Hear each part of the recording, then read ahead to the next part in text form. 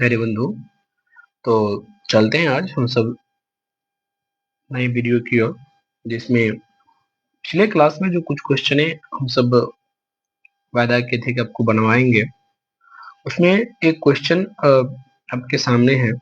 इसमें कहा गया था कि वर्ग पूरा करने की विधि द्वारा हल करें। ये क्वेश्चन है, इजी है। उसके बाद हम सब आपके स्क्रीन पर दिख रहा है ये क्वेश्चन, इसको भी हम सब देखेंगे। पहले इसको देख लीजिए, उसके बाद हम एक एक क्वेश्चन पर धीरे धीरे चर्चा करेंगे, क्या है नहीं है। देखिए, सबसे पहले कि जब वर्ग पूरा करने की बात आए तो आपको करना क्या है, जो क्वेश्चन है उसमें अचर पद को क्या करना है, तो बराबर के उस साइड ले जाना है। यानी कि ये हो जाएगा 4y² प्लस 4√3y बराबर में -3। अब आपको बताए थे पहला स्टेप ये हुआ। दूसरा स्टेप, जो चर के अधिकतम घात है, मतलब y² है, उसके घात को 1 बनाना है। इसके लिए क्या करना पड़ेगा, दोनों तरफ इस 4 से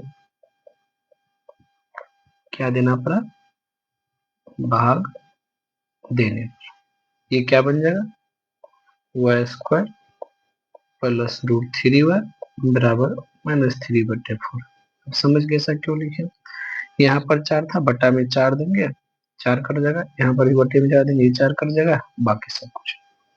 अब इधर वाले पार्ट जो है, इसको हमको दो चीज पर तोड़ना है, आइदर a+b² या a-b²। तो ये चिन्ह बताता है, ये प्लस का चिन्ह है तो a+b², माइनस रहता तो a-b²।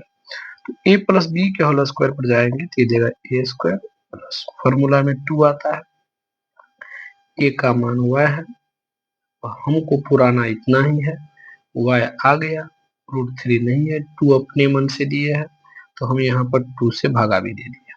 यदि 2 इधर गुना किए, ये 2 अपने मन से गुना किए तो 2 इधर अपने मन से भागा दे दिए। ठीक है, अब √3 बचा है था यहाँ पर, हम √3 दे दिए। देखो, अगर आप सॉल्व करोगे तो इतना ही आएगा।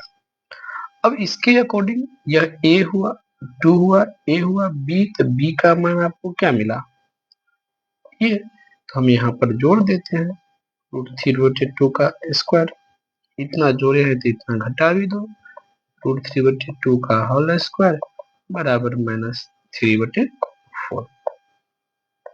क्या होगा, -3/4। अब आप गौर से अगर देखोगे, इतने को देखो, ये क्या दे रहा है हमको, ये हमको दे रहा है इतना ही पार्ट y प्लस √3/2 का होल स्क्वायर, और इसको उधर हम ले जा रहे हैं। तो ये इसको जो हल करेंगे तो माइनस √3 का स्क्वायर 3, -3 हुआ, अब /4 ये पहले से था।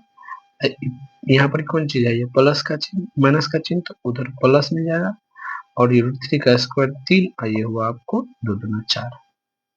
ठीक है, अब गौर से देखोगे तो y प्लस √3/2 इसका होल स्क्वायर करेंगे।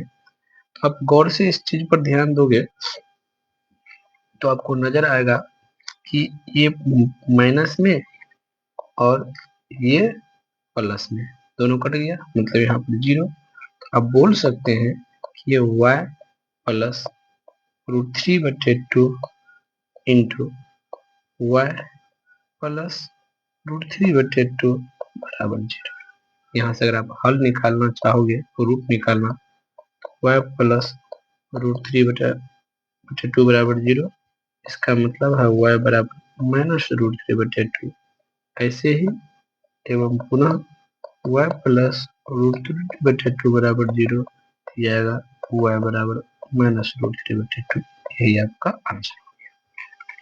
कोई दिक्कत? अब ये देखने में ही लग रहा था वैसे, बट आसान क्वेश्चन था। अब जरा हम सब चलते हैं, आपको इस क्वेश्चन पर देखिए कह क्या रहा है। क्वेश्चन को ध्यान से पहले समझना। क्वेश्चन कह रहा है कि निम्नलिखित द्विघात समीकरणों के विवेचक या विविक्तर का मान ज्ञात करें। देखिए, बहुत इजी है। आपने है विवितर या विवेचक फॉर्मूला जिसको हम डी कहते हैं, इसका फॉर्मूला होता है बी स्क्वायर माइनस 4ac। ठीक है, अब करना क्या है, हर एक में से ए बी सी का मान चुनना। इसमें ए का मान ए, बी का मान माइनस बी, सी का मान सी, इस फॉर्मूला पर बैठाएंगे, आंसर निकलेगा। जैसे बहुत दूर की बात, ये आपको लग रहा है बहुत बड़ा है, इसमें आप क्या कीजिए, ए का मान क्या आएगा, देखिए इसमें ए का मान आपको आएगा √3, बी का मान इतना, सी का मान ये, और डी जब निकालोगे ये क्या आएगा, बी स्क्वायर मतलब 11 का स्क्वायर और माइनस 4 गुने 6√3 गुने √3, 11 के स्क्वायर करेंगे तो कितना होगा, 121 माइनस में, ये 6 चौका 24 गुने में 3 हुआ, इसको सॉल्व कर दोगे तो 121 हुआ, माइनस में 24 दिया कितना होगा 72, जो वैल्यू आ गया यहाँ पर निकाल दो, 9 हुआ, और 11 में से 4 49 हो गया डी का वैल्यू। समझ गया, तो ये था ये, इसमें कोई भी दिक्कत नहीं, इसमें भी है तो बी का मान आप -2√2 ले लो, सी का मान इतना हो गया, ए का मान √3 हो गया, बस कैलकुलेशन जोड़ घटाव है आपका। दूसरा चीज आप 6 नंबर में क्वेश्चन देखेंगे तो लिखा है यदि x माइनस ए इतना का गुणनखंड है तो p का मान, देखिए यहाँ से क्वेश्चन आता है कभी कभी और इजी भी है, कोई ये नहीं है। क्वेश्चन नंबर कितना है, 6 नंबर का। x माइनस 1 तो आप सबसे पहले करो क्या कि px मान लो, किसको 3x square minus px plus 4, इसका कंसेप्ट भी हम बता चुके हैं। x माइनस 1 गुणनखंड है, x माइनस 1 गुणनखंड है तो इसको 0 से इक्वेट कर दो, x माइनस 1 बराबर 0 तो x बराबर 1। अब आपको क्या करना है कि इसमें गुणनखंड है तो px बराबर 0, या ऐसे कोई p1 बराबर 0, ये जो 1 निकला है तब ना गुणनखंड होगा, इसे पुट करो, 3 गुने 1 का स्क्वायर माइनस p गुने 1 प्लस 4 बराबर 0। ठीक है, सॉल्व करोगे 3 माइनस p प्लस 4 बराबर 0, इसका मतलब आपका वैल्यू निकलेगा इक्वल टू 7। बात समझ रहे, बहुत इजी क्वेश्चन है। दूसरी चीज अगर आप ध्यान दोगे आगे यहाँ पर कहता है मूल ज्ञात न कर निम्नलिखित समीकरणों की मूल की प्रकृति, मतलब मूल नहीं ज्ञात करना है, सिर्फ मूल की प्रकृति ज्ञात करना है। ये कहाँ से आएगा, तो आपको जब हम डिटेल्स बता रहे थे तो उस समय मैं आपको बताए थे मूल की प्रकृति निकालने के लिए, मूल की प्रकृति कैसे निकलती है, तो उसके लिए आपको निकालना क्या पड़ता है, डी, मूल की प्रकृति के लिए क्या निकालना पड़ता है, डी, डी निकालना पड़ता है।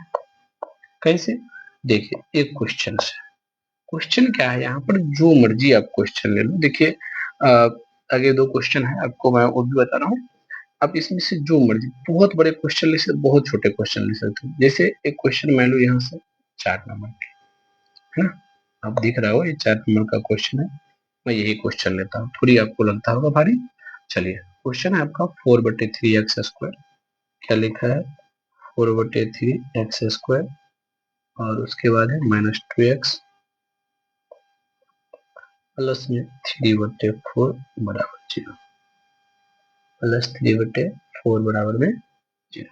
सबसे पहले आपको करना क्या है, इसको जो मेन स्टैंडर्ड फॉर्म है यहाँ पर भी आप बना सकते हो, कोई दिक्कत नहीं है। हम क्या करते हैं, इसको थोड़ी सी आसान बनाते हैं।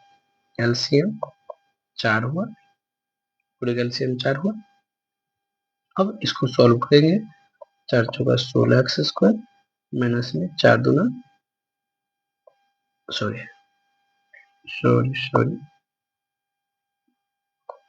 यहाँ पर होगा 12,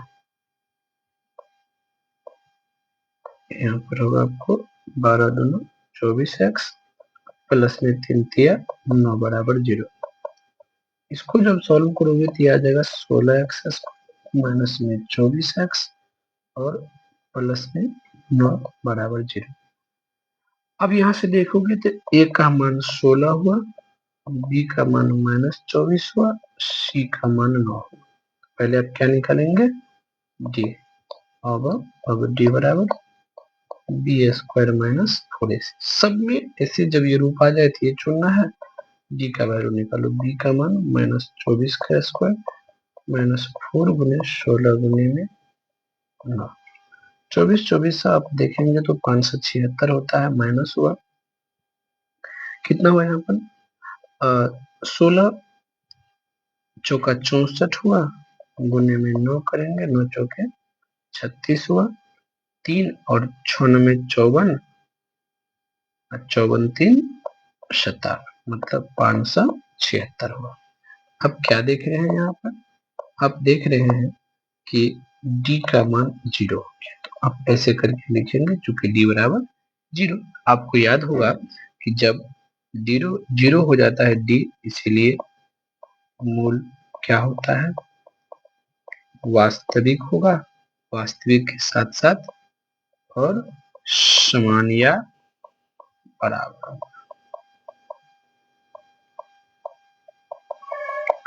समझ गए?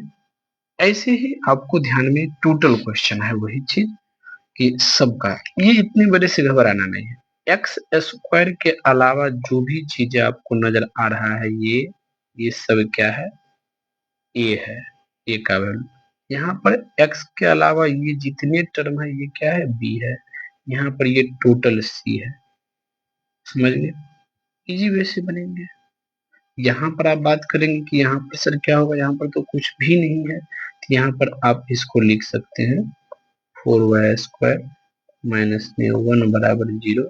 यहाँ पर ए का वैल्यू 4 हो जाएगा, बी का वैल्यू 0 और सी का वैल्यू 1 हो जाएगा। बस ये सिंपल सी बातें हैं जो आपको ध्यान में रखनी है। समझ गए? चलिए अगला क्वेश्चन जो 8 नंबर की क्वेश्चन है, मूल वास्तविक हो तो द्विघात समीकरण का मूल ज्ञात है। देखिए इसमें दो बातें हैं। पहले कहा था यदि समीकरण का मूल वास्तविक हो तब इसका मूल निकालिए। तो उसके लिए वास्तविक होना मतलब आपको ऐसे ही डी पहले चेक करना पड़ेगा, उसके बाद मूल निकालना है। जैसे इसमें से भी मैं एक क्वेश्चन लेता हूँ, अपनी मर्जी से जो आप कहें हमको वही आपका क्वेश्चन ले लेंगे। चलो मैं देखो 2015 में पूछा गया क्वेश्चन है ये, ठीक है। एक चीज और समझिएगा कि 15 नंबर जो क्वेश्चन है ये, इसको आप डायरेक्ट ऐसे नहीं बनाएंगे, पहले इसको सॉल्व करके द्विघात समीकरण के फॉर्म में लाना, उसके बाद बनाओगे। ठीक है, मैं ये चाहिए करो, मैं 12 नंबर का आपको क्वेश्चन बता रहा हूँ। देखिए 12 नंबर में क्वेश्चन है 2x स्क्वायर माइनस में, क्वेश्चन क्या है 2x स्क्वायर माइनस में 2x प्लस में 1 बराबर में 0। सिंपल सी बात है, सबसे पहले इसका मूल निकालने के लिए हमको डी चेक करना पड़ेगा। तो पहले यहाँ पर ए बराबर 2 लिखो, बी बराबर -2√2 लिखो, सी बराबर 1 लिखो। अब हमको क्या निकालना है? सबसे पहले डी, क्योंकि मूल वास्तविक होगा तब तो डी निकालो। तो ए स्क्वायर -4ac, ठीक है। बी का वैल्यू -2√2 उसका स्क्वायर -4 गुने ए का वैल्यू 2, सी का वैल्यू 1। इसको सॉल्व करो, 2 दूना 4 दूना 8, माइनस में 8 बराबर में 0 लिखेंगे। चूंकि डी बराबर 0 इसीलिए मूल क्या है? वास्तविक है। अब कौन चीज बराबर? मूल x बराबर, फॉर्मूला आप जानते हैं, -b plus minus under root D बटे में 2a। देखिए माइनस बी का वैल्यू -2√2, देखिए बी का वैल्यू ये है, एक माइनस फॉर्मूला वाला प्लस डी का वैल्यू कितना हो गया 0। देखो डी का वैल्यू निकला है 0 बटे 2 गुने ए का वैल्यू 2। सॉल्व करेंगे इसको तो ये माइनस माइनस प्लस 2√2, इस 0 का कोई वैल्यू नहीं रहा, बटे में 4। इसको अगर काटते हैं तो क्या बचेगा मेरे पास? मेरे पास बचा है √2 बटे में 2, यानी इसका जो मूल होगा ये दोनों मूल बराबर होगा, है ना, मतलब एक ये होगा दूसरा भी यही होगा। बात समझ रहे हो, कोई दिक्कत? और कोई भी क्वेश्चन इसमें से आपको नजर में आ रहा है, जैसे आपको यही नजर में आ रहा है या आपको ये नजर में आ रहा है, बिल्कुल आसान है, कभी ये मत घबराना। कोई भी इसमें से क्वेश्चन आप देखो ना, ये बनाओ ये बनाओ, इसको आप डायरेक्ट बना सकते तो भिंजोर कर लेना, बराबर में जीरो को उधर ले जाना, टू को, ठीक है, सब क्वेश्चन इजी है, ठीक है। इसे यहाँ पर आप क्वेश्चन देख लें, इसको पहले गुना करके लिख लेना आप द्विघात समीकरण के फॉर्म में। जब तक द्विघात समीकरण के मानक स्टैंडर्ड फॉर्म में नहीं आएगा तब तक आपको बनाना नहीं है। बात समझ लो। अब सबसे जो बड़ी चीजें हैं वो आपको क्वेश्चन नंबर 9 है। ये सब क्वेश्चन एक पर एक है, हर एक बार में कम से कम हर एक क्वेश्चन लगभग लगभग पूछा जाता है। इसमें से मैं आपको क्वेश्चन नंबर 2 जो है वो आपको बना रहा हूँ कि किस मान के लिए इतना का मूल बराबर है, ठीक है, सब एक ही क्वेश्चन है। सबसे पहले ये जो 2 नंबर का क्वेश्चन है के एक्स इंटू, देखिएगा क्वेश्चन था 2 नंबर का पिछले स्लाइड का कि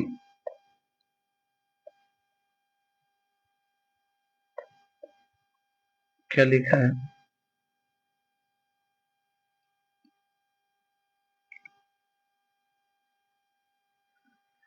क्वेश्चन लिखा है आपको के एक्स इंटू एक्स माइनस 2, क्या लिखा है के x into x minus 2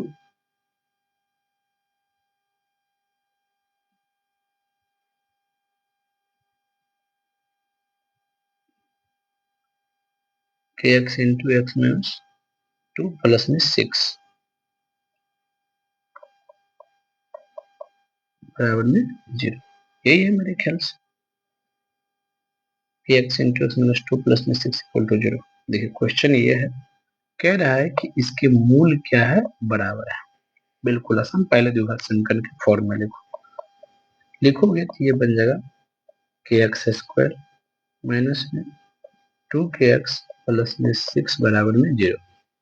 first one we write here a equal to K, b equal to minus 2 K x के अलावा, c इक्वल टू 6 पहले लिख देंगे, चूंकि समीकरण का मूल क्या है,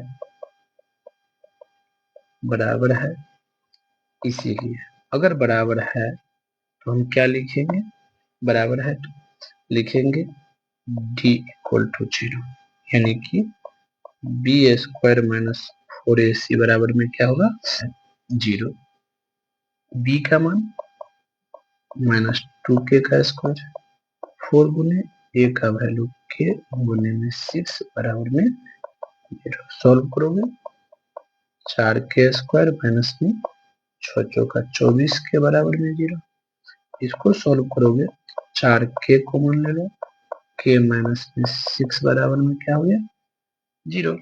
अब आप क्या लिख सकते हो, k 4 के बराबर 0, यानी k इक्वल टू 0 लिखेंगे यहाँ पर, जो संभव नहीं है। आप क्या हर जगह ऐसा होगा नहीं, यहाँ पर हम जो संभव नहीं है क्यों लिखे, इसको भी गौर से देखिएगा। इसलिए यहाँ पर लिखे कि अगर यहाँ पर k का वैल्यू 0 हम दे देंगे तो क्या ये द्विघात समीकरण रहेगा, नहीं, क्योंकि हम यहाँ पर लिखते हैं ना कि a नॉट इक्वल टू 0, यहाँ पर a का वैल्यू 0 हो जाएगा, जो संभव नहीं है, इसीलिए हम यहाँ पर लिख दिए संभव नहीं है, ठीक है।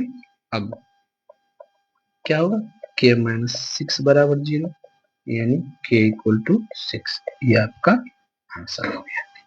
बात एग्जाम में कई बार ऐसे क्वेश्चन पूछा जाता है, तो कुछ भी हो आप, जैसे इसमें भी आप देख सकते हैं यहाँ पर भी कि यदि इतना हो तो मूल वास्तविक होंगे, सिद्ध करें, मतलब यहाँ पर पॉजिटिव होगा।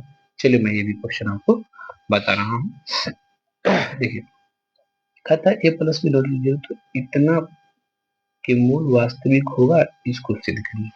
देखिए इजी क्वेश्चन है, बहुत आसान से क्वेश्चन है, कोई घबराने की बात नहीं है। क्वेश्चन है आपको a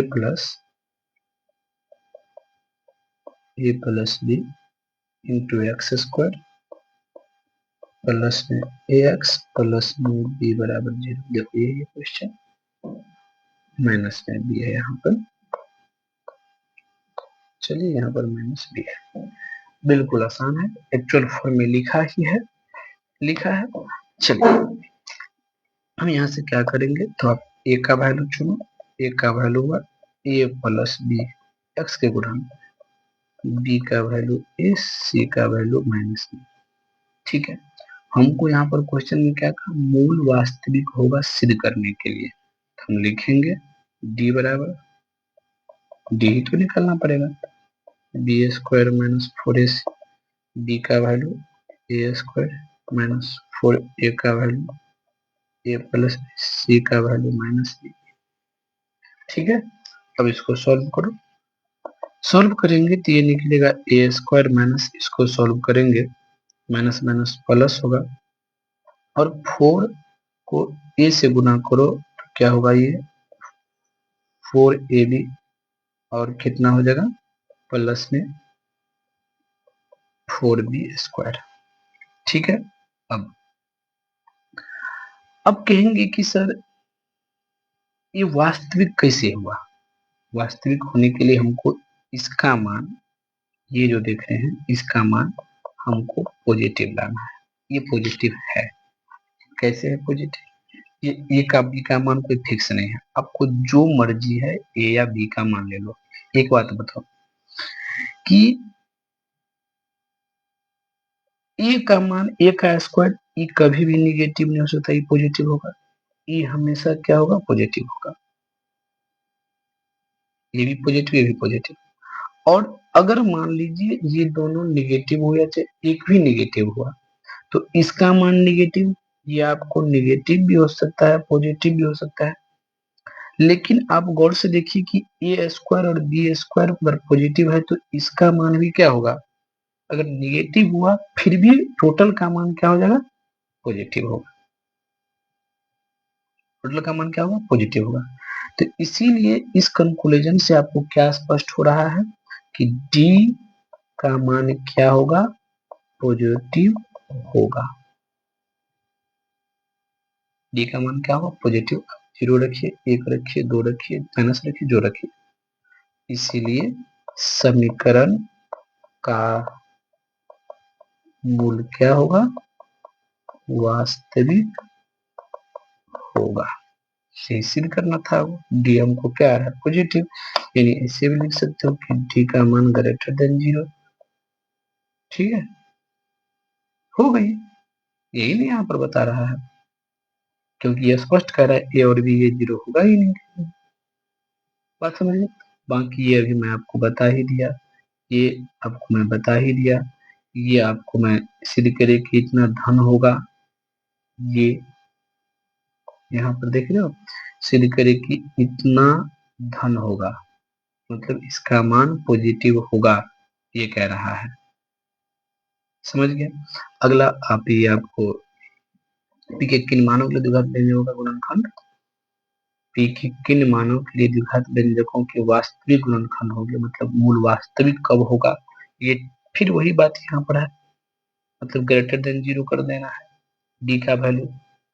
ठीक है, अब यहाँ पर बात आती है, अगला क्वेश्चन जो है आपका वो क्या है, निम्नलिखित द्विघात समीकरणों की गुणनखंड की विधि से हल करें। देखिए यहाँ से बहुत बड़ी क्वेश्चन है, बहुत लंबी सारी लिस्ट है, मैं एक आध आपको बता रहा हूँ, गुणनखंड से आपको इसको सॉल्व करना है, गुणनखंड विधि से बहुत आसान है, जो मर्जी जैसे अपनाना है, सिर्फ गुणनखंड नोट फॉर्मूला। देखिए जैसे मैं 14 में से एक क्वेश्चन आपको बता दूं, यहाँ से क्या लिखा है, 1 नंबर का क्वेश्चन, मतलब 3 नंबर का है, 14 का तीसरा। देखिए क्वेश्चन है आपका कि M square, sorry M Z square है, क्या लिखा है एम जेड स्क्वायर माइनस में पी जेड बराबर 0। सिंपल सी बातें हैं, इसमें से कॉमन क्या आ रहा है, तो कॉमन आ रहा है आपको जेड, जेड कौन आ रहा है तो यहाँ पर हुआ एम जेड माइनस में पी बराबर में 0। अब जो आप मूल निकालने के लिए जाओगे तो जेड बराबर 0 हो गया एक, दूसरा आ गया एम, यहाँ पर जो लिख देंगे जो संभव नहीं है। जब ये इसका मान 0 निकलेगा तो ये पूरे 0 हो जाएगा। क्या समझे? ये 0 जो समझ गए तो क्या हो जाएगा? नहीं तो 0 तो इस m का मान 0 नहीं हो, ठीक है, ये संभव है। इसका मान 0 भी हो सकता है, x का वैल्यू 0 इसका गुणांक नहीं है। चलिए अगला क्या है कि mz माइनस में p बराबर 0, यहाँ से z का वैल्यू आ रहा है p बटे m। खत्म है ये कहानी यहीं पर। कोई बड़े से बड़ा ले लीजिए, इसमें से लीजिए, इसमें से कोई अपनी, जैसे यहाँ पर मैं आपको ये बात करें तो क्या लिखा है? लिखा है आपको x प्लस 4 बटे एक्स बराबर में -4। ठीक है, देखिए कितनी आसान है, बहुत आसान। इसको पहले दो हाथ से मैं के फॉर्म में लिखो, ये आ जाएगा एक्स स्क्वायर प्लस में 4 बट्टे में x बराबर -4। सोल्व करोगे तो ये आ जाएगा एक्स स्क्वायर प्लस 4 बराबर में -4x। अब इसको सॉल्व करो, एक्स स्क्वायर प्लस में 4x प्लस में 4 बराबर 0। अब गुणनखंड बहुत इजी में से आपको निकल जाएगा, x square plus 2x plus में 4 बराबर 0। यहाँ से सॉल्व करोगे x into x plus 2 into x plus 2 बराबर 0। ठीक है, सॉल्व करोगे x plus 2 into x plus 2 बराबर 0। सॉल्व करके x प्लस 2 बराबर 0, यहाँ से निकलेगा x बराबर -2 एवं x प्लस 2 बराबर 0, x इक्वल टू -2। ये आपका आंसर हो जाएगा। समझ गए? तो इसमें से कोई भी क्वेश्चन ऐसा नहीं है जो आपसे बनने वाला नहीं है। सब गुणनखंड first into last, first to last अब बनेंगे, सब बन जाएगा। ये बड़े से बड़े क्वेश्चन भी आपको नजर में आ रहा है तो कुछ नहीं करना है, इसको भिंजोर कर बराबर कर लेना है, मेन रूप में बन जाएगा। यहाँ से आप देख रहे हैं ये भी इजीली आप तोड़ोगे। यहाँ से देखिए 13 तिया 39 और 13 3 16, इसको अब बीच में लिखिएगा 13 प्लस 3 बन जाएगा ये। समझ गए? चलो मैं इसको बना ही दे रहा हूँ, आप सबके कहने पर। कहेंगे कि नहीं बना रहे हैं सर, क्या लिखा है? लिखा है ये √3x² प्लस में 16 प्लस x प्लस में 13√3 बराबर 0। सॉल्व करोगे, इस दोनों को अगर गुना करेंगे ये आ जाएगा 13 तिया 39, 13 3 16x। तो इसको जो सॉल्व करेंगे, मतलब आप देखिए ऐसे करके √3 गुने 13√3 को गुना करोगे तो 13 गुने 3 मतलब 39, और यही 13 3 को जोड़ो 16 आ गया। तो आप यहाँ पर लिखेंगे प्लस में क्या लिखोगे? 3x लिख दो पहले या 13x लिख दो, कोई दिक्कत नहीं है, जो मर्जी है लिख सकते। चलो आप पहले बड़े लिखते आ रहे हैं तो बड़ा लिख दो, कोई दिक्कत नहीं है। यहाँ पर लिख दो 13x प्लस में 3x प्लस में 13√3 बराबर में 0। अब इसको सॉल्व करोगे, दोनों में से कॉमन तो यहाँ पर कुछ भी नहीं आ रहा है, नहीं आ रहा है तो x ले लो, यहाँ पर √3x प्लस में 13 आएगा। अब यहाँ पर देखो क्या आ रहा है, यहाँ पर इस 3 जो है, 3 में √3 छुपा हुआ है। काहे कि आप 3 को लिख सकते हैं √3 गुने में √3, तो 3 को √3 माइनस 3 इंटू √3, तो एक √3 आप ले लो इसमें से, यहाँ पर बच गया आपको √3x प्लस में इसमें से √3 आ गया तो 13 बराबर 0। अब आप सिंपली लिख सकते हैं x प्लस √3 इंटू में √3x प्लस में 13 बराबर में 0। ठीक है, अब आप यहाँ से आप लिखिए, सॉल्व कीजिए, x प्लस √3 बराबर 0, x का मान क्या आ जाएगा आपको? x का मान आएगा -√3 एवं फिर दूसरा देखोगे क्या आएगा, ये रूट 3x प्लस में 13 बराबर 0 और x का वैल्यू क्या निकलेगा -13/√3। ये आपका आंसर हो जाएगा। समझ ये थी हमारे आसान से क्वेश्चन है जो आपको बहुत ही आसान लगेंगे। ये क्वेश्चन है, ठीक है। अब और मेरे ख्याल से इसमें कोई हार्ड क्वेश्चन आपको नजर नहीं आएंगे, बहुत ही आसान क्वेश्चन है। फिर भी आपको जो अगर भारी लगे तो आप जरूर कमेंट में हमें क्वेश्चन शेयर करें, आपका सॉल्यूशन वहां से मिल जाएगा। बात समझिए, कोई मेरे ख्याल से इसमें हार्ड क्वेश्चन एक भी हमें नजर आ ही नहीं रहा है। समझ गए। एक जैसे मैं इस टाइप का क्वेश्चन आपको बता दूं, ये जो है y² माइनस में 3। देखिए इसमें बहुत आसान क्वेश्चन है, इससे घबराना नहीं है। क्वेश्चन है y² माइनस 3 बराबर 0। ऐसे ऐसे क्वेश्चन को इजी बनाने के लिए आप इसको ऐसा लिखिए, ऐसे फॉर्म में, ठीक है। अब यहाँ से आपको बन जाएगा a² माइनस b² का फॉर्मूला आप जानते हैं, a plus B into A minus B, यहीं से बना लो। तो ये क्या हुआ है -3 इंटू में y प्लस √3 बराबर में 0, ठीक है। अब जो आप यहाँ से जाओगे तो क्या होगा, ये हो जाएगा y माइनस √3 बराबर 0, y बराबर आपको क्या हो गया √3 एवं क्या होगा y प्लस √3 बराबर 0, क्या बन जाएगा ये y बराबर -√3। देख लो, तो बहुत इजी क्वेश्चन है, बिल्कुल आसान, इसमें से कहीं कोई परेशानी करने वाले क्वेश्चन सब नहीं है। समझ गए। चलते हैं हम सब आगे इसी को लेकर के। अगला हम सबों का पार्ट क्या है जरा समझिएगा। ये जितने भी कहानियां थी टोटल का टोटल वहां से एंड हो जाता है। अब जो सबसे बड़ी मुद्दा हम सब के सामने आती है वो क्या है कि आपके सामने क्वेश्चन आएंगे वर्ड प्रॉब्लम बेस्ड क्वेश्चन, मतलब भाषा आधारित, इसको जो हम लिखेंगे भाषा आधारित प्रश्न। अब भाषा आधारित प्रश्न जो आएंगे तो इसमें कुछ कुछ चीजें जो आपको समझनी है, जो उसमें दिक्कतें आएगी, जहां पर बच्चे फंसते हैं, सबसे पहले उसको समझ लीजिए। फिर आगे आपको क्वेश्चन इतनी आसान लगने लगेंगे जिसकी आप कल्पना आज तक कभी नहीं किए होंगे, इतनी आसानी क्वेश्चन लगने लगेंगे आप। कैसे? तो सबसे पहले हम सब इस छोटी चीजों को समझें। देखिए इसमें कई टाइप के क्वेश्चन आते हैं, कई चीजों पर आधारित क्वेश्चन आता है, मैं उस टाइप को आपको बांट दिया हूँ। कुछ कुछ टाइप छूट भी जाए कोई घबराने की बात नहीं है, जब क्वेश्चन आएगा तो हम आपको A to Z बता देंगे। देखिए पहला क्वेश्चन है आपको संख्या से संबंधित क्वेश्चन, जितने भी नंबर सिस्टम पढ़े हैं उससे। उसमें एक वर्ड आता है क्रमागत। देखिए याद रखिए इस चीज को, क्रमागत का मतलब होता है लगातार। क्रमागत मतलब लगातार। हम यहाँ पर धन पूर्णांक लिखे, अब से कभी क्वेश्चन पूछा जा सकता है कि दो लगातार धन पूर्णांक का गुणनफल इतना है।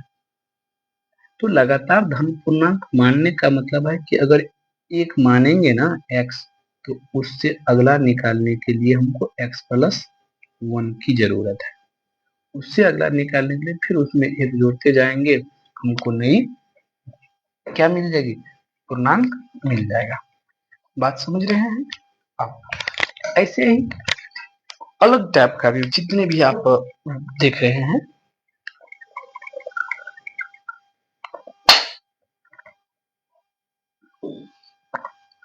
यहाँ देख रहे हैं क्रमागत समपूर्णांक।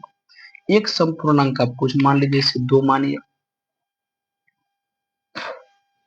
अगर 2 माने उससे अगला निकालना है तो हमको 4 चाहिए, क्योंकि इसमें 2 जोड़ना पड़ेगा। वही लिखे यहाँ पर, एक को अगर x मान लिया, उससे अगला निकालने के लिए x प्लस 2 चाहिए, उससे अगला निकालने के लिए फिर उसमें 2 जोड़ना पड़ेगा। विषम में भी सेम चीज, एगो आप 3 मान लो, अगला 5 हुआ तो इसमें 2 जोड़े, फिर उसमें भी 2 जोड़े। बट याद रखना कि पहला भी क्या होना चाहिए, विषम होना चाहिए। अब आपको क्या है अगली चीजें, वो n से विभाजित या n का गुणज भी उसको कहेगा। देखिए यहाँ पर कुछ भी n का मतलब आप 3 ले सकते हो, 5 ले सकते हो, 7 ले सकते हो, 4 ले सकते हो, मतलब क्वेश्चन कभी कभी पूछा जाता है कि 3 के किन्हीं दो गुणज या लगातार दो गुणज, लगातार क्रमागत 3 के लगातार दो गुणजों का योगफल या गुणनफल इतना है। तो जब ये लगातार शब्द आए तो पहला मान लेना ऐसा कि माना कि 3 का पहला गुणज x है, तो अगला गुणज जो होगा वो होगा x प्लस 3। 3 लिखे तब 5 रहेगा तो 5, 7 रहेगा तो 7, जोड़ेगा। अगर 3 की बात करें तो उसको 2 से गुना करके लिख देंगे यहाँ पर, मतलब 2n, या ऐसे इसमें भी आप n डायरेक्ट जोड़ सकते हो, 3 जोड़ सकते हो। बात समझ गए। अब बात आती है आपको यहाँ पर जो बहुत सारी चीजें समझने के लिए है कि यदि दो संख्याओं का योगफल हमें ए दिया है, दो संख्या का योगफल ए, उसमें से एक संख्या अगर आपको x है तो याद रखना दूसरी संख्या इस योगफल में से x घटाने पर मिलेगा।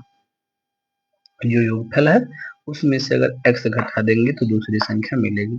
एग्जाम्पल के तौर पर अगर आपको कहा जाएगा कि दो संख्याओं का योगफल 8 है, एक संख्या इसमें से कितना है 3 है, तो दूसरी संख्या क्या होगी, तब सिंपली वैसे 8 माइनस 3 कर देंगे, आपको निकल जाएगा योगफल में से एक संख्या।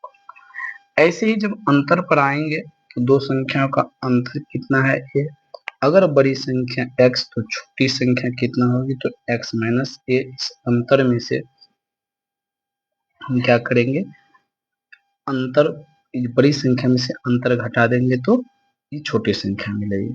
लेकिन अगर अंतर मालूम है, छोटी संख्या मालूम है, तो अंतर मतलब संख्या में अगर क्या जोड़ देंगे, अंतर जोड़ देंगे, तो मेरा क्या निकल जाएगा, आपको बड़ी संख्या मिल जाएगी।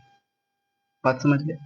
अब दूसरी बात आती है कि दो अंकों की संख्या में इकाई अंक अगर x है, दहाई अंक अगर y है, तो संख्या बनता है 10 y प्लस में x। मतलब आप जानते हैं दहाई गुने 10, संख्या जो होता है दहाई गुने 10 प्लस में इकाई होता है।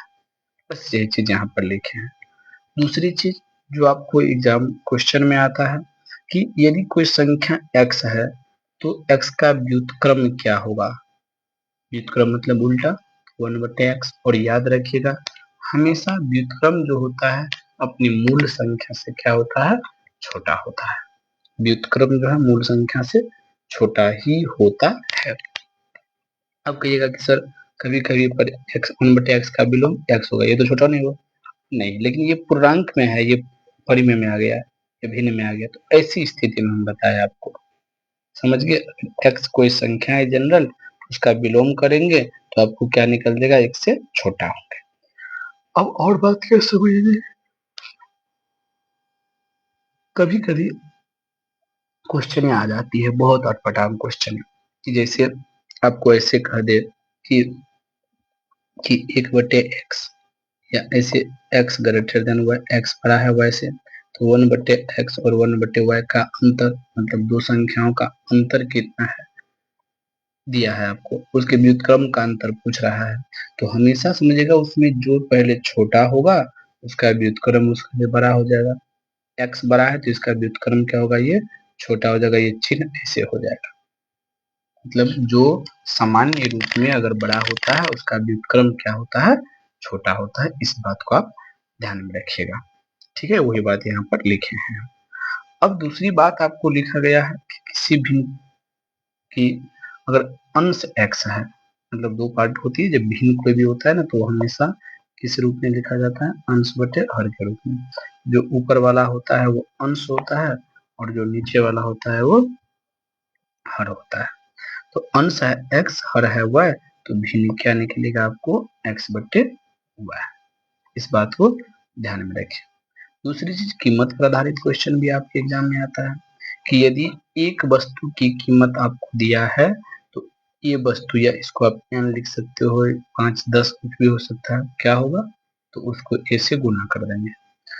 या x, अगर कोई वस्तु x रुपये प्रति केजी है, मतलब 1 केजी का दाम कितना है, x रुपया है, 1 केजी का कीमत या n केजी का कीमत कितना होगा, nx या ax होगा। यहाँ पर 5 होगा तो 5 होगा, 6 होगा तो 6 होगा, 6x। समझ गए। अब तीसरी बात और जो आपके सामने आनी चाहिए वो क्या है, वो है आयु संबंधी प्रश्न। यहाँ तो बहुत क्वेश्चन यहाँ से बनती है। छोटी छोटी चीजों आपको ध्यान में रखनी है। क्या कि यदि ए कोई व्यक्ति है, यहाँ पर नाम कुछ भी हो सकता है, कि वर्तमान आयु एक्स है, वर्तमान मतलब आज, वर्तमान मतलब आज, इसका उम्र कितना है एक्स, तो ए वर्ष पूर्व मतलब पहले ए की उम्र क्या होगी, लाइक दैट। आज आपकी उम्र अगर 15 बरस है तो 3 बरस पहले आप कितने के होंगे, तो आज से 3 वर्ष पीछे चलेगी तो पीछे जाने पर घटाएंगे, आगे जाने पर जोड़ेंगे, तो हमारी उम्र कितना हो जाएगी 12। अगर आज मेरी बरस उम्र 15 बरस है और हम 4 बरस बाद जाएंगे तो 4 बरस जोड़ देंगे, 15 4 22। ठीक है, बस यही चीज यहाँ पर लिखी गई है। पूर्व के है या पहले के है, बोथ द कंडीशन घटाएंगे पहले में, और जब बाद आए पश्चात आए तो दोनों में जोड़ेंगे। यहाँ से क्वेश्चन आपको बहुत सारे बनते हैं। दूसरी क्वेश्चन आपको बनता है आपको समय चाल से संबंधित। ये 3 फॉर्मूलाएं आपको याद रखनी है। क्या याद रखनी है कि चाल बराबर क्या होता है दूरी बटे समय, दूरी बराबर क्या होता है चाल गुने समय, समय बराबर क्या होता है दूरी बटे चाल। दूसरी बात, आपको जो इसमें क्वेश्चन आएंगे तो मैक्सिमम या तो दूरी पर या तो समय पर। तो याद रखना, जब कोई भी गतिशील वस्तु है, जैसे ये है ए स्थान और बी 2 स्थान है, अगर यहाँ से 2 गाड़ियां एक दूसरे के विपरीत दिशा में चलती है, एक यहाँ से किधर चलेगी, इस कंडीशन में दूरी निकालना है और दूरी हमेशा जुटेगा। याद रखना, विपरीत दिशा में दूरी जुटता है। अब जब ये इधर चलेंगे, ये भी इसी दिशा में चलेंगे, तो दूरी क्या होगा घटेगा, जो पहले वाला होगा उससे दूसरे वाला को घटाएंगे। इतना ही बात याद रखना कि जो विपरीत दिशा होती है तो विपरीत दिशा में दूरियां जुटती है और समान दिशा में दूरियां घटती है। ठीक, अब जो सबसे इम्पोर्टेंट चीजें हैं आपको समझना, वो क्या है, वो है आपका धारा और नौ से संबंधित। जहाँ जवाब ही छोड़ दीजिए कितनी क्वेश्चन आती है। ठीक है, वो क्या है कि धारा एवं नौ तैराक से संबंधित प्रश्न क्या है कि लिखे हैं, यदि शांत जल में नौ या तैराक की चाल x किलोमीटर प्रति घंटा है, शांत जल में तैराक या नौ की चाल कितनी है x किलोमीटर प्रति घंटा, और शांत जल में धारा की चाल जिसको हम सब वेग कहते हैं, धारा की वेग बहाव, इसको बहाव भी हम सब कहेंगे, अगर 1 किलोमीटर प्रति घंटा है तो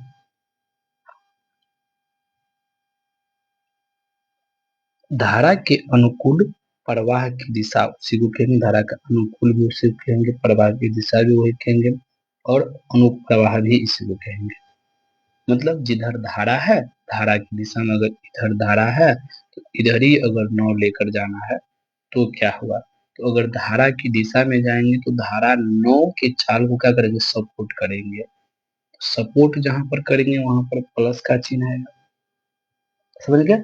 तो दिशा में नौ की चाल क्या बन जाएगी x प्लस में 1 किलोमीटर प्रति घंटा।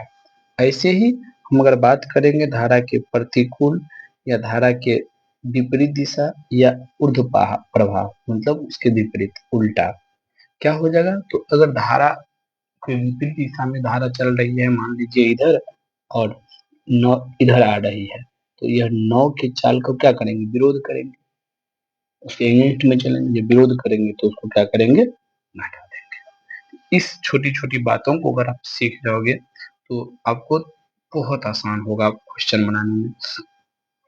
दूसरा, आपको एक बहुत छोटी चीज याद रखना है कि अगर स्पीड चाल किसमें लिखा हो किलोमीटर प्रति घंटा में हो और उसे मीटर प्रति सेकंड में आपको क्या करना है बदलना है, तो उसको किससे गुना कर देंगे बताइए, आपको गुना करना है उसको किससे 5/18 से गुना करेंगे तो मीटर प्रति सेकंड में चला जाएगा। दूसरी चीज, अगर आपको चाल मीटर प्रति सेकंड में दिया है और आपको किस में चाहिए किलोमीटर प्रति घंटा में चाहिए, तो आप क्या करेंगे 18/5 से गुना कर देंगे तो वो किलोमीटर प्रति घंटा में चला जाएगा। ठीक, अब कुछ और चीजें हैं जो ज्यामिति से रिलेटेड प्रश्न आता है, उसको भी आप ध्यान में रख लीजिए। क्या आता है, आयत का क्षेत्रफल लंबाई गुने चौड़ाई। याद रखिएगा, इसका अप्लाई आपकी बुक में है। कहाँ है, क्वेश्चन आएगा तो आपको हम बता देंगे। परिमाप बराबर होता है 2 इंटू लंबाई प्लस चौड़ाई। विकर्ण बराबर होता है अंडर रूट लंबाई स्क्वायर प्लस चौड़ाई स्क्वायर। वर्ग का क्षेत्रफल भुजा स्क्वायर। परिमाप बराबर 4 गुने भुजा। विकर्ण बराबर रूट 2 गुने भुजा। संभावित त्रिभुज का क्षेत्रफल रूट 3 गुने भुजा स्क्वायर। परिमाप बराबर क्या होता है, रूट 3 गुने भुजा। शीर्ष लंब होता है रूट 3/2 गुने भुजा। अब समकोण त्रिभुज आती है, समकोण त्रिभुज का क्षेत्रफल होता है आधार गुने 1/2 आधार गुने क्या, मतलब लंब। कर्ण बराबर होता है कर्ण स्क्वायर बराबर लंब स्क्वायर प्लस आधार स्क्वायर। अब एक दो चीजें और आपको ध्यान में रखनी है कि एक कोई कोण है तो ए का पूरक, कोटि पूरक या संपूरक कोण आपको कितना हो जाएगा, 90 माइनस ए हो जाएगा। और एक कोई अगर उसका संपूरक कोण निकालना होगा, ये पूरक है, लंब पूरक या कोटि पूरक, संपूरक 180 माइनस थीटा हो जाएगा। दूसरी चीज और याद रखना आपको कि चक्रीय चतुर्भुज जो होता है उसका सम्मुख कोण का योगफल सामने का कोण जो सा होता है उसका योगफल कितना होता है, 180 डिग्री का होता है। बात समझ गए। अब दूसरी चीज जो और आ रही है आपको, वो सबसे लास्ट है। वो क्या है, समय और काम से संबंधित।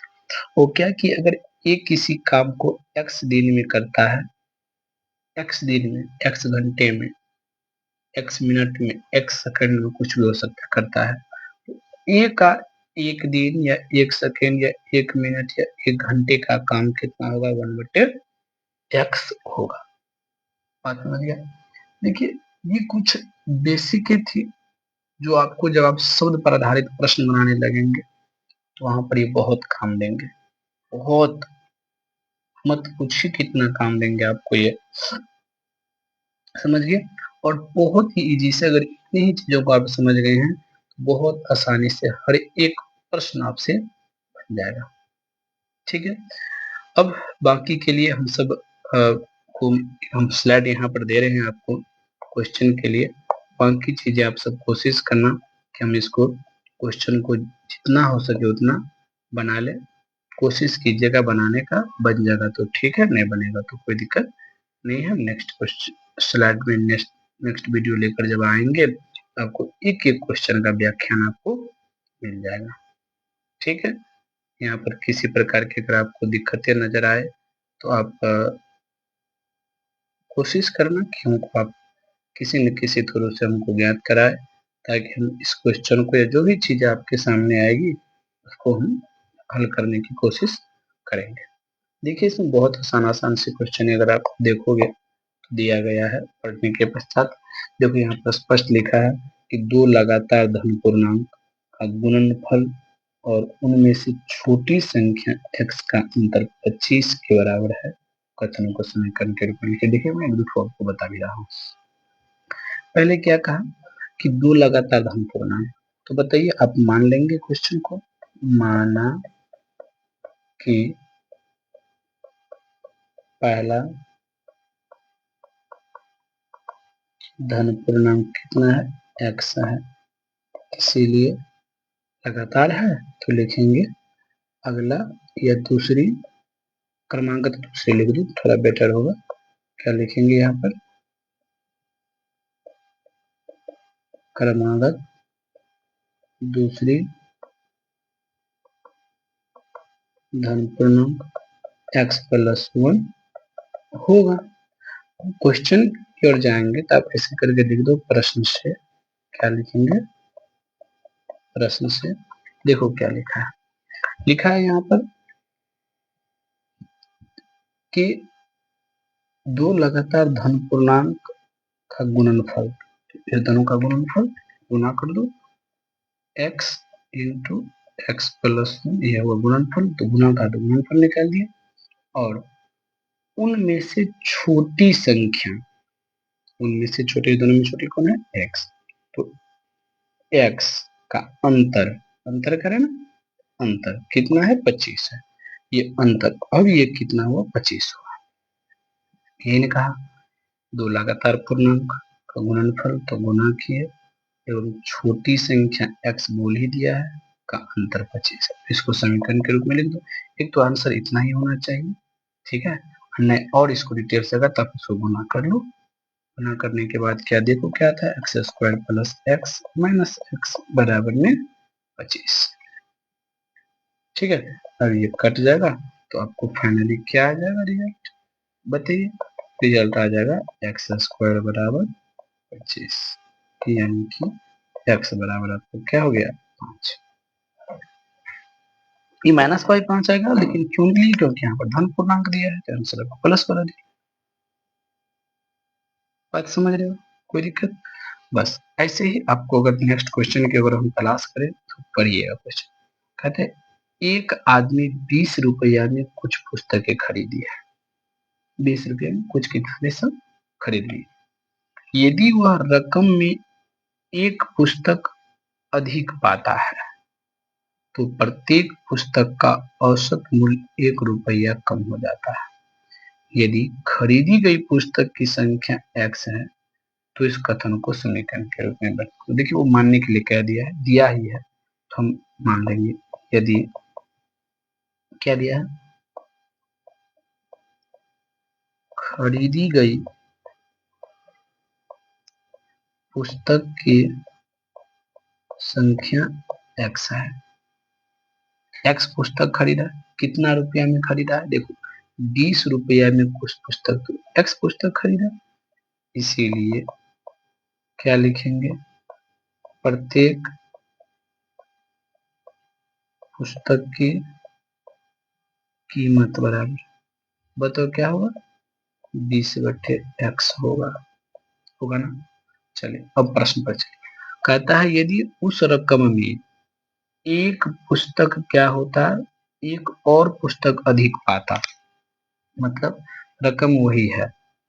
प्रश्न से यहाँ पर लिख दो, प्रश्न अनुसार क्या कहता है कि यदि उसी रकम में एक पुस्तक और अधिक पाता, मतलब पहले पुस्तक x था तो आप अभी डिटेल्स लिख लो, लिखेंगे नई पुस्तक की संख्या x+1। ऐसी कंडीशन में होती तो प्रत्येक पुस्तक का औसत मूल्य 1 रुपया कम हो जाता। अब जो ये औसत वो लिखेंगे, मतलब प्रत्येक पुस्तक का मूल्य क्या हो जाएगा 20/x+1। अब कहता है ई जो है ना वो पहले जो था उससे 1 रुपया कम है, लिखेंगे अब ये 20/x+1, ये जो नया वाला है वो पहले जो था उससे 1 रुपया कम है। क्या है, ये पहले वाले से 1 रुपया कम है। अब इसको आप सॉल्व कर लो, क्या आ जाएगा, ये आ जाएगा 20/x+1 माइनस में 20/x बराबर 1। सॉल्व करो, सॉल्व करोगे तो देखो x इंटू x+1 आ जाएगा, ये आ जाएगा 20x, गुना करोगे तो ये minus 20x plus, sorry minus में 20 बराबर में 1 आ जाएगा। इसको अगर सॉल्व करोगे तो ये 20 से ये 20 कैंसिल आ जाएगा, ऊपर में बच जाएगा, गुना करो क्या हो जाएगा एक्स स्क्वायर प्लस में x माइनस 20। इसको अगर गौर से लिखो एक्स स्क्वायर हाँ प्लस में x प्लस में 20 बराबर में 0। यही आपको क्वेश्चन आ जाएगा। कोई दिक्कत है यहाँ, एक भी पैसा प्रॉब्लम आपको नहीं आनी चाहिए। देखिए वैसे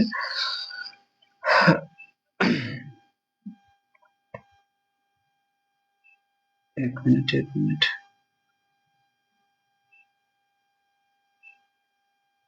औसत मूल्य ये पहले वाला से एक कम है, मिस्टेक यहाँ पर हम थोड़ा मिस्टेक के, एक मिनट समझिएगा, हमें भी यहाँ डॉट आ गई थी, ये इधर जाएगा, ये आ जाएगा 20/x माइनस में 20/x+1 बराबर 1 आ जाएगा। ठीक है, इसको बस वही कहानी वही है, कुछ अंतर नहीं है आपको। 1 इंटू एक्स होगा, ये होगा 20x प्लस में x sorry 20 x plus 20 minus में 20 एक्स प्लस में 1 ये दोनों कैंसिल हो जाएगा। कहानी आ जाएगा आपको एक्स स्क्वायर प्लस एक्स बराबर में 20, यानी कि एक्चुअल में आ जाएगा x square plus x minus में 20 बराबर 0। ये आपको एक्चुअल में आंसर आ गया। ठीक है, तो ये है रही आपका एक्चुअल समीकरण। तो देखिए मैं दो क्वेश्चन भी आपको सॉल्व करके बिल्कुल आसान है। अब बताइए जब आप आगे वाला स्लाइड पढ़े होंगे तो आपको ये गुणनखंड निकालने में कोई दिक्कत नहीं होगी, एक्स का वैल्यू निकल जाएगा, वही आपका आंसर होगा। ऐसे ही ये जितनी भी आप देख रहे हैं हर एक को बना करके देखना। इसमें स्पष्ट लिखा है 12 को ऐसे दो भागों में विभक्त करें जिसका गुणनफल 12 है। तो अब देखिए ये 12 लिख दो, अगर एक भाग x होगा इसमें तो दूसरा भाग क्या होगा 12 माइनस एक्स होगा। दूसरा भाग क्या होगा 12 माइनस एक्स। अब दूसरे को गुना कर देंगे, x इंटू 12 माइनस एक्स दोनों को गुना करेंगे तो कितना आ जाएगा आपका 32 आ जाएगा। बस ऐसे ही लिखेंगे आंसर आ जाएगा, इसको सॉल्व करेंगे। समझ रहे हो? चलिए तो फिलहाल आज के लिए इतना है। बाकी आप सब जो जितने भी आगे स्लाइड बताए हैं हर एक को आप एक बार पढ़ के आएंगे, समझ के आएंगे। बाकी चीजें जब हम क्वेश्चन पर जाएंगे तो आपको और चीजें आपको समझ में बेहतर आएंगे। ये मैं आशा ही नहीं पूर्ण विश्वास करता हूँ कि आप सब इसको अच्छे से पढ़ के आएंगे। और बार बार मैं कहता हूँ कि आप अपने दोस्तों को जरूर शेयर करें, दोस्तों को जरूर बोले इस वीडियो को देखें, ताकि जो 2027 में एग्जाम देंगे उसके लिए बहुत ही फायदेमंद ये आपको वीडियो सब आने वाले हैं। मैंने साइंस का भी एक वीडियो डाला है, उसको भी आप देखिए। हो सकता है तो कल आपको एक नया साइंस का वीडियो फिर मिले, तो इसीलिए आप इसको ऐसी ऐसी चीजों को देखें, जरूर देखें, सीखें। तब तक के लिए विदा लेते हैं आपसे। Bye, take care, thank you.